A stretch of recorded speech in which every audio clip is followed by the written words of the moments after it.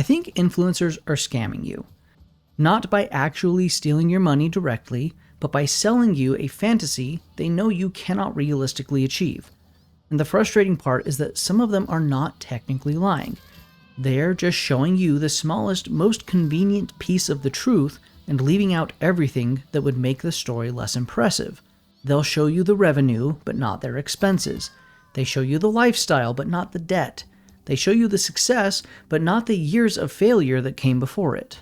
And then they sell you a course explaining how you can supposedly do the same thing in 30 days. Totally legit, right? Now, to clarify, I'm not saying every influencer is a scammer. I think that goes without saying. Most influencers genuinely provide useful information. Some people explain their business model, they disclose their risks properly, and admit when something doesn't work. But there's a difference between teaching people and manipulating people.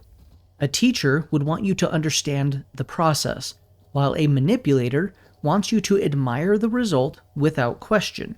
When it comes to money, business, and financial freedom, that distinction matters a ton because most people watching this type of content are already feeling behind the times. They may be tired of their job, buried in debt. They may be worried about retirement and then see somebody online who appears to have everything figured out and thinking, what do they know that I don't? That feeling is extremely profitable. The influencer does not necessarily need to sell you a product. They only need to convince you that your current life or situation is unacceptable and that their system is the fastest way out. I think the first way influencers are scamming you is by showing you the result without showing you the entire business model. You'll see their revenue screenshot, but not the expenses. You see their luxury apartment, but you don't know whether they've rented it out for the weekend for clout and aura farming.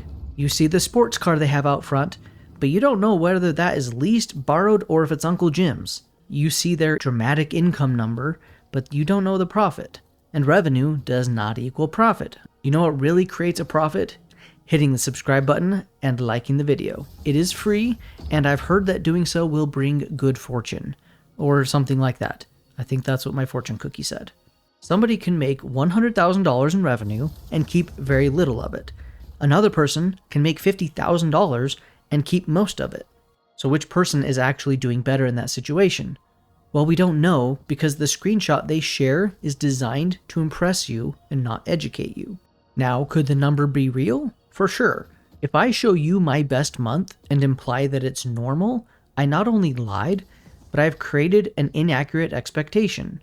So whenever somebody shows you an impressive result, you have to ask yourself, what information would make this result look less impressive? Like for instance, making $100,000 and only keeping $10,000 of it. What costs were associated with it? How long did it take? How many failed attempts were there?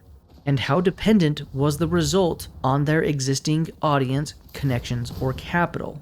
Those questions are designed to weed out the fake from the real. The second problem is blatantly obvious in some cases. Some influencers do not care if you go broke. Again, I'm not saying every influencer is evil, but for quite a few of them, their financial incentives often do not depend on your financial success.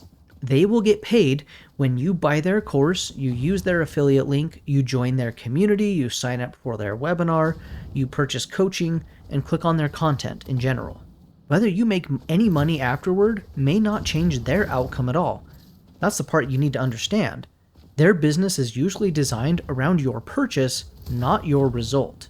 So if you lose $500 trying out their strategy, they still have your $500. If you spend 6 months building a business that doesn't work, they may never even know or care. And if you complain about it, they're just going to say that you weren't consistent enough, you didn't believe in yourself, you failed to follow the system correctly, you didn't work hard enough, or you gave up too soon. Sometimes execution can be the problem. Consistency, skill, and patience all matter. But a legitimate teacher should also be willing to examine whether the strategy was incomplete, outdated, or simply ill-fitted for your situation. A strategy that works for somebody with an existing audience, capital, connections, and 10 years worth of experience may not work the same for a beginner with limited time and money and no audience. That does not mean you're a failure as a business owner. It's a simple difference in circumstances. So before you trust their advice, you have to ask, how are they paid? What happens to them if I fail?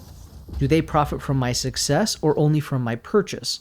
And of course, are they offering realistic expectations and explaining all of the risks? Now, the third reason why I think they're scamming you. Some of the easy money-making skills are actually easy to learn. Basic video editing can be learned relatively quickly. Simple graphic design can be picked up pretty quick. Appointment setting, basic copywriting, social media management, and certain forms of freelancing can be learned far faster than highly technical careers. So the influencer may not be completely wrong when they say the skill is easy. The problem is what happens next. If it's an easy skill to learn, then more people can enter the market. If more people enter the market, then there's going to be more competition. And if there's more competition, of course, clients are going to have more options. And when clients have more options, the average beginner has less bargaining power and will generally make less money. That's how markets become saturated. Now imagine an influencer tells 100,000 people that video editing is an easy way to make money online. Many of those people will purchase the same software, use the same templates, and offer the same basic service. So now the market is full of beginners who can all perform the same task. But technical ability is only one part of getting paid. You're still going to have to find clients, communicate with them effectively, understand what they actually want, and deliver consistent results.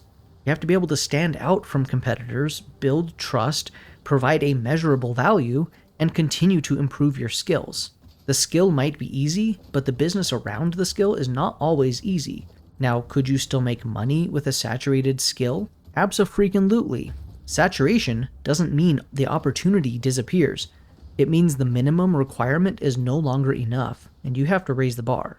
If everybody can do the same basic task, you need to bring something else to the table. For instance, better communication, a better process, more industry knowledge, a faster delivery, better taste, a deeper understanding of the customer, and potentially even just a unique point of view. The influencer sells you the easy part because it sounds attractive. They often leave out the competitive part because that makes their offer less appealing. They won't have as many coaching clients or sell as many courses, which honestly they probably made with Claude AI in under an hour. It's a little epidemic of people selling free information scrubbed from the internet and delivered in AI-designed workbooks and PDFs. The fourth way influencers scam you is by selling you the information instead of the transformation. Information is super easy to sell because it sounds valuable, but information is not the same thing as a result, obviously. You can buy a budgeting course and still spend more than you earn. You could buy a business course and still avoid talking to customers and making sound financial decisions.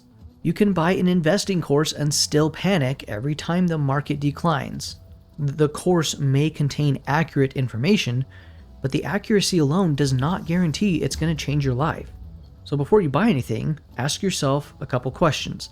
Can I find this information elsewhere, for free, or at a much lower cost? And has this person actually made money from the thing they are teaching, or mainly from selling the teaching? It's unfortunately pretty common for some people to make $1,000 doing e-commerce and then start charging coaching clients $250 to make money doing the same thing, yet they are going to make so much more off of the suckers that buy in than they did off of the actual side hustle. The fifth tactic is a fake urgency. You'll always hear things like, the price disappears tonight, only 10 spots remain.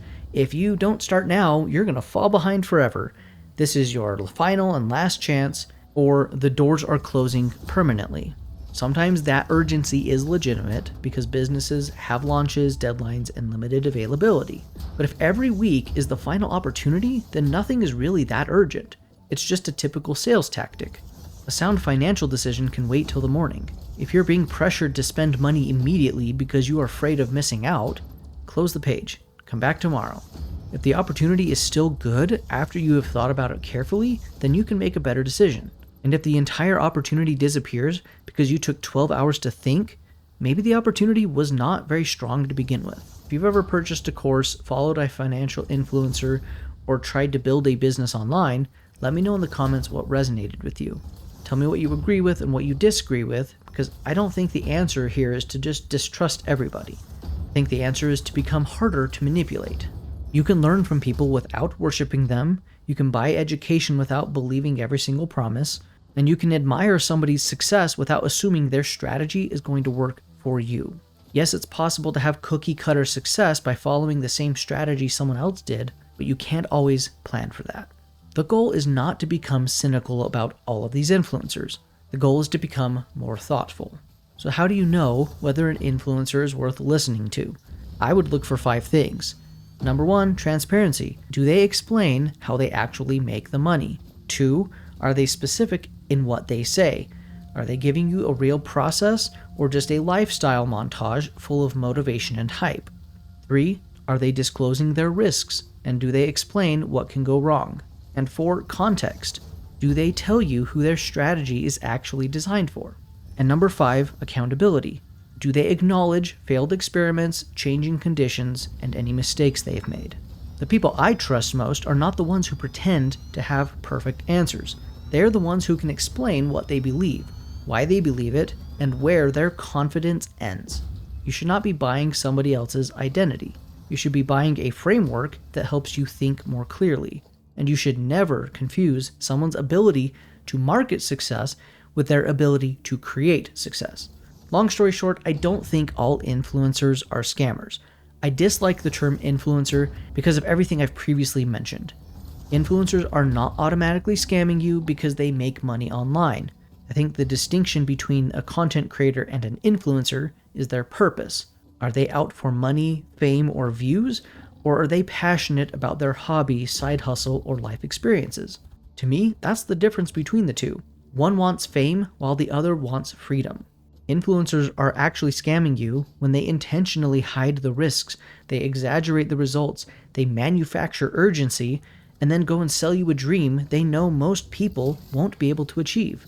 They are actually scamming you when their personal brand is built on pretending to be something they are not. They are actually scamming you when they profit from your purchase but have no real interest in whether you succeed afterward. And they are misleading you when they call a skill easy without explaining that the market is crowded and that the real challenge is finding customers and beating out the competition. I don't want you to be cynical about every influencer. Instead, the goal is to slow down long enough to ask better questions. What is the business model? Who is actually paying? What are the costs and the risks? What happens when the strategy fails? Is this person teaching me how to build something, or are they simply convincing me to just buy the next thing? I know I can't change the world, but I can help individuals. And if this video helps even one person keep their money, question a misleading promise, or avoid buying something they didn't need, then it was worth making. When you bought something from an influencer or content creator, what was your experience? Do you honestly feel like it helped you, or are you still stuck at the same place and still have the same questions? Let me know in the comments because I'd love to hear about your experiences. If you've stayed this far, you're an absolute champ. Please consider subscribing for more content just like this. I look forward to the next one. Peace.